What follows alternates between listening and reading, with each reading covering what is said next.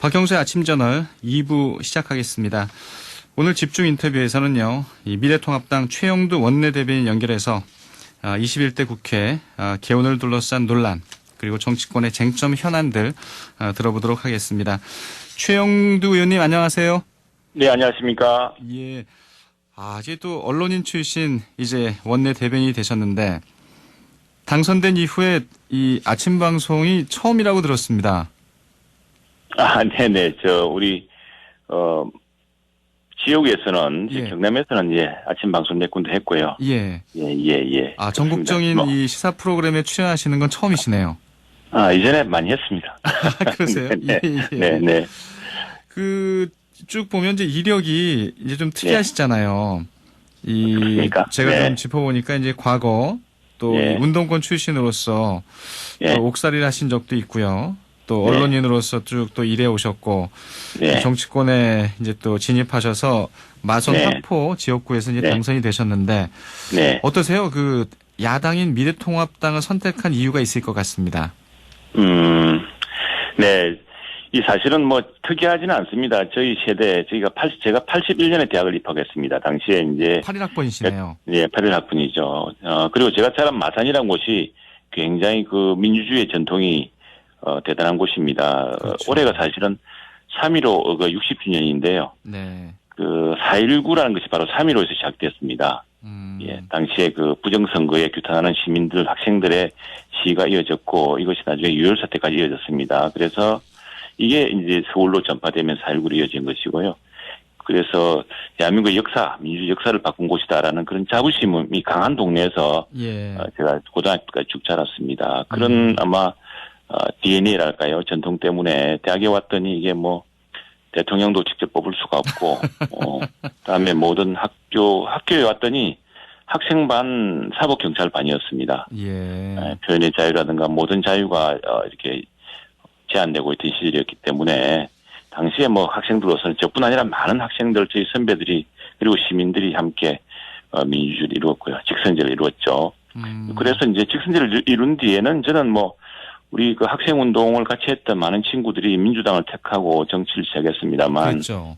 예, 저 역시도 이제 당시 YSDJ 이 두 분이 이 젊은 인재들을 수혈하려는 여기 대단했습니다. 경쟁적이었는데. 예. 저도 그런 틈바구니에서 연락이 없지 않았습니다만 저는 민주주의가 이루어진 만큼 실력을 길러야겠다라고 생각을 했고요. 특히 제가 학생운동을 하면서 저희 선친이 굉장히 그리고 어머니가 참 많은 눈물을 흘리셨습니다. 선친은 이 마산의 우체국 동네 우체국에 이제 근무를 하셨는데 그렇군요. 우체국 이제 하급 직원이었죠. 우정 공무원이셨는데 얼마나 고통스러우셨겠습니까? 당시에 집권 당사를 아들이 점거 농성하는 죽음이었으니까 그렇죠. 정말 말 못할 고통 속에 특히나 제가 또 수배가 됐습니다. 장기간 수배가 돼가지고 그 마음고생, 어머니 눈물이 참 얼마나 컸겠습니까? 그래서 이제 어느 정도 민주화가 이루어졌기 때문에 제가 88년에 석방되어서 사면 복권된 뒤로는 이제 민주화가 어느 정도 이루어졌고 대통령도 우리가 뽑게 되었고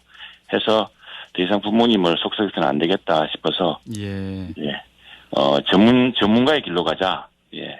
그래서 처음에는 무역 상사로 가서 외화를 많이 버는 일을 해볼까 생각도 하다가 당시에 제 목숨도 구하게 됐는데 그 박종철 사건을 특종 보도했던 언론의 길, 언론인들 참 존경스럽고 해서 저도 이제 언론의 길로 가서 20년간을 쭉 배워왔었죠. 배워왔다가 특파원도 하고 논술위원도 하다가 우연찮게 이제 정부에 그 어공이라 그럽니다. 어쩌다 공무원이 되어서 청와대 국무총리실 국회 대변인 사무처로 이렇게 일을 하면서 많은 걸 배웠고, 이 당을 택한 것은 당시에 마침 제가 일을 배웠던 정부가 저 보수 정부이기도 하고 했습니다만, 저로서는 이제 그 미국에서 공부도 하고 특파원도 하고 하면서 민주주의와 자유시장 시장 경제에 대한 새로운 발견, 한미 FTA가 왜 필요한지, 한미 동맹이 왜 필요한지에 대한 뚜렷한 어떤 신념이 생겼습니다. 그래서 그 신념에 따라 그 신념을 지금 부족하지만 지키고 있는 그런 정당을 선택하게 됐고요. 예, 그렇습니다. 아무튼 의원님은 당선을 축하드리고요. 네네. 야당인 이 미래통합당의 입장에서는 큰 인재를 얻은 게 아닌가 하는 생각이 드는데 어떠세요? 이제 당선 직후에 이 미래통합당은 정책으로 반성해야 한다. 이렇게 이제 혁신을 언급하셨습니다. 네네. 미래통합당에서 가장 먼저 해야 될 정책은 어떤 거라고 보세요? 지금 이 사람들의 신념이 그랬습니다. 이전부터 이 보수, 진보 그러면 진보가 원래 조금 매력적입니다. 진보는 아직까지 해보지 않은 일을 멋지게 이렇게 펼쳐내고 그런 꿈을 이제 키워나가는 것이 진보라고 한다면은 보수라고 하는 것은 우리가 해보고 지켜보고 또 실행해보니까 실패한 것은 빼내고 성공한 것 경험을 바탕으로 이룬 게 이제 보수입니다. 그걸 믿는 게 보수라고 하거든요. 이건 제 말이 아니고 에이브라함 링컨의 말입니다. 링컨이 말하기를 도대체 보수주의라는 것이 무엇입니까 하면서 보수란 것은 우리가 해보니까 우리가 겪어보고 나서 우리가 옳다고 믿는 것을 지키는 것이 보수입니다라고 했습니다. 예. 그런데 이제 우리나라 보수가 조금 밉상이 되어 있습니다. 지금 특히 이제 젊은 사람들한테 그렇게 되어 있는데 그래도 보수에 대해서는 그동안 어떤 믿음이 있었냐 그러면 그래 이 사람들이 역시 우리나라 대한민국을 이렇게 산업화시키고 위기 때는 위기를 돌파하게 하고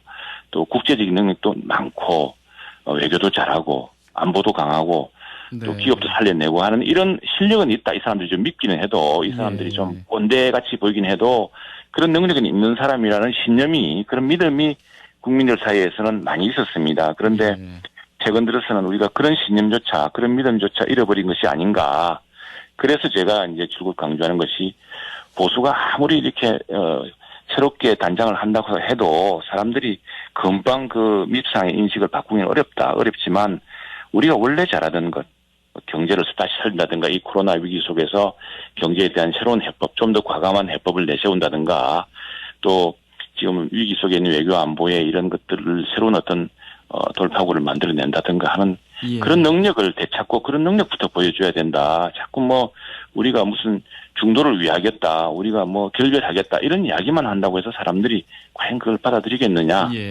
그런 취지였습니다. 그런 점에서 보면은 어제 이제 이 김종인 비대위가 공식 출범했잖아요. 네네. 김종인 비대위원장께서는 이제 진취적으로 국가를 위해 최선을 다하겠다. 이렇게 이제 현충원 방명록에도 적으셨는데. 네네. 김종인 비대위에 대한 기대감이 좀 크다고 볼 수 있을까요?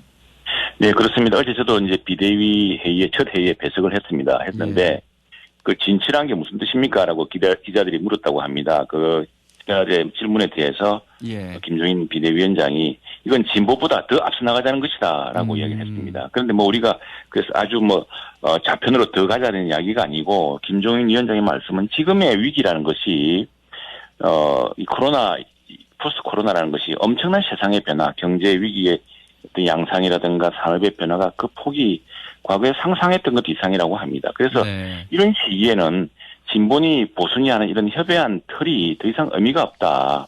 그래서 진보 보수를 모두 뛰어넘는 과감한 발상과 혁신적인 생각이 필요하다. 그래서 진취적이라는 표현을 썼다라고 하셨고요.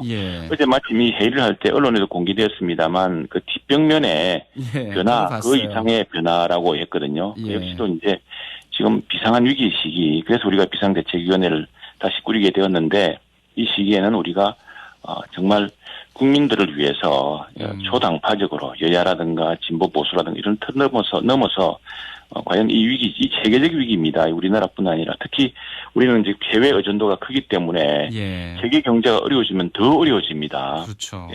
지난 3년 동안 우리가 보기에는 이 정도의 정책 실패로 이미 많이 어려워져 있는데 더 어려워지게 되면은 이걸 뛰어넘는 방법은 정말 초당파적인 어떤 지혜를 모으고 또 과거에 좁은 그런 시선이 아니라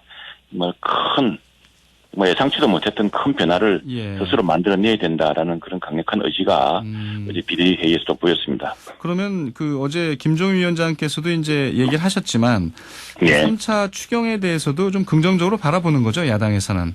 지금 추경을 벌써 이제 1차, 2차 하지 않았습니까? 그래서 김종인 위원장은 지난번 우리 총선 시기에 이렇게 할 게 아니라 우리 500조가 넘는 슈퍼 예산입니다. 이 슈퍼 예산을 차라리 그중에 한 100조 정도는 완전히 재편하자. 이렇게 자꾸 추경을 해서 세금을 더 거둔다거나 또는 빚을 더 내거나 이렇게 하지 말고 이미 짜놓은 예산을 가지고도 새롭게 재편을 하자. 이미 코로나 때문에 지출할 수 없는 예산도 있을 테고 예. 또 코로나 때문에 우선순위가 바뀐 예산도 있을 텐데 그걸 재편해보자는 제안을 한 적이 있습니다. 그래서 이게 빚을 막 내면은요, 이 빚이라는 것이 결국에는 우리 후세, 우리 다음 세대의 큰 부담입니다. 네.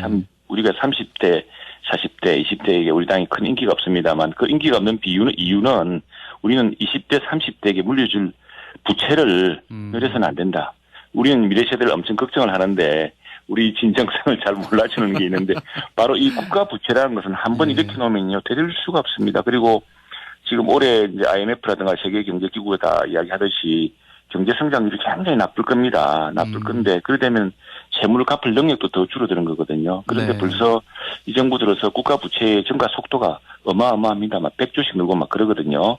그래서 그런 것들은 과소한 부담이 생기지 않도록 잘 하면서 예. 꼭 필요한 예산이 집행될 수 있도록 꼼꼼히 살펴야 되겠다는 그런 취지였습니다. 아무튼 이제 3차 추경을 또 시민하려면 먼저 좀 개원을 해야 될 것 같은데. 네네. 이제 원구성 협상이 좀 지지부진합니다. 이게 좀 네네. 속을 들여다보니까 뭐 다들 아시지만 이 두 개 상임위원장 자리가 좀 핵심이잖아요. 법사위원장 또 예결위원장. 네, 맞습니다. 네. 의원님께서는 좀 어떻게 보세요? 이게 이제 우리 국회의 협치 전통입니다. 한 30년간 예. 대통령 직선제가 이루어진 뒤에 또 우리 우리 사회에 다시 민주화가 온 뒤에 국회가 운영될 때 뭐 대통령은 지금 대통령이 한 표라도 먼저 많은 대통령이 당선이 되면은 뭐 장관이고 뭐고 모두 다 모든 통솔권이 다 가지 않습니까? 그러나 예. 지난 30년간 국회는 그 득표수에 따라서 또 의석에 따라서 국회 운영을 좀 분점을 해왔습니다. 그렇다 하더라도 물론 다수당이기 때문에 다수당이 표결의 수가 많아서 다수당으로 이끌어지게 되어 있습니다만 그래도 국회 운영에 있어서는 국민의 다양한 의사를 반영해서 네. 협치의 전통을 이어왔거든요. 그 협치의 전통의 핵심이 바로 예결위와 법사위입니다. 결국 국회라는 것은 행정부, 대통령, 청와대, 정부의 예산안, 결산안, 그리고 세금, 세수, 세출 이것들을 딱 그 국민의 입장에서 견제하는 것이 국회의 권능이거든요. 네. 임무이기도 합니다. 법사위 역시도 국민을 위한 여러 법제를 살피고 해서 그것들이 과잉되지 않도록 또 위헌적이지 않도록 다른 법률과 상충되지 않도록 국민의 여러 권리나 제한하지 않도록 하는 것이 또 의무고요. 그래서 그 두 가지는 국회 속의 또 다른 국회, 말하자면은 행정부를 견제하는 것이 이 국회 입법부로 간다면 입법부 속에서 또 정부 여당을 견제하는 야당의 역할 이걸 이제 존중해 왔고 그래서 지금 12년 전에는 지금과 정반대의 그런 의석 분포가 있었습니다. 예. 그때도 우리는 민주당 지금은 정반대 입장이 되어서 압도적 여당이 되었습니다만 야당을 그만큼 그 배려했다는 얘기네요. 예, 그게 협치의 전통 때문에 그 당시에 민주당의 의석은 80여석밖에 안 됐습니다. 지금 우리는 100석이라 넘지 않습니까? 예. 국민 득표율도 41%입니다. 저희들이 그런 것들을 배려해 주셔야지 12년 전에는 우리가 훨씬 작았죠. 법사위 예결이 그 두 상임위원회 중에서 좀 하나씩 이렇게 나누는 거는 좀 어떨까요? 그럼 협상이 이제 이어질 텐데, 예. 저희들이 놀란 것은 이렇게 협상이 진행 중인데, 여당 원내 지도부가 지난 일요일 날 기자회견을 통해서 네. 원구성 자체를 협상 대상으로 삼으려는 그 주호영 원내대표와 야당 원내 지도부에 경악했다. 라는 표현이 사실 경악스러웠습니다. 이게 논의가 진행 중이고 또 진위는 아닐 것 같은데요. 예. 진위가 아니기를 바라고 있습니다. 예. 지난 30년 동안 해오던 협치의 전통 우리도 똑같이 해주었고 자신들도 똑같이 요구했던 이야기를 갑자기 난데없이 그 안면 바꾸는 듯하게 이야기를 하니까 지금도 어떻게 그 여야 원내대표들 간에 이렇게 물밑 협상은 계속 되고 있겠죠? 예, 전화도 하실 테고 예. 또 만나실 계획도 있을 테고요. 예. 그건 진행돼야죠. 그게 안 되면 안 되죠. 국회라는 것은 계속 대화가 이루어져야죠. 예, 알겠습니다. 아무쪼록 이 국회법상은 이제 6월 5일 예. 개원을 해야 되는데요. 그때까지 좀 또 원내 대변인 역할도 맡고 계시니까요. 좋은 조언도 하시고 또 협의도 예. 하시면서 좀 국회를 잘 개원해서 또 국정 현안들을 잘 또 논의해 주셨으면 하는 바람을 가져봅니다. 오늘 얘기는 여기까지 하겠습니다. 네, 감사합니다. 지금까지 미래통합당 최영두 원내 대변인이었습니다.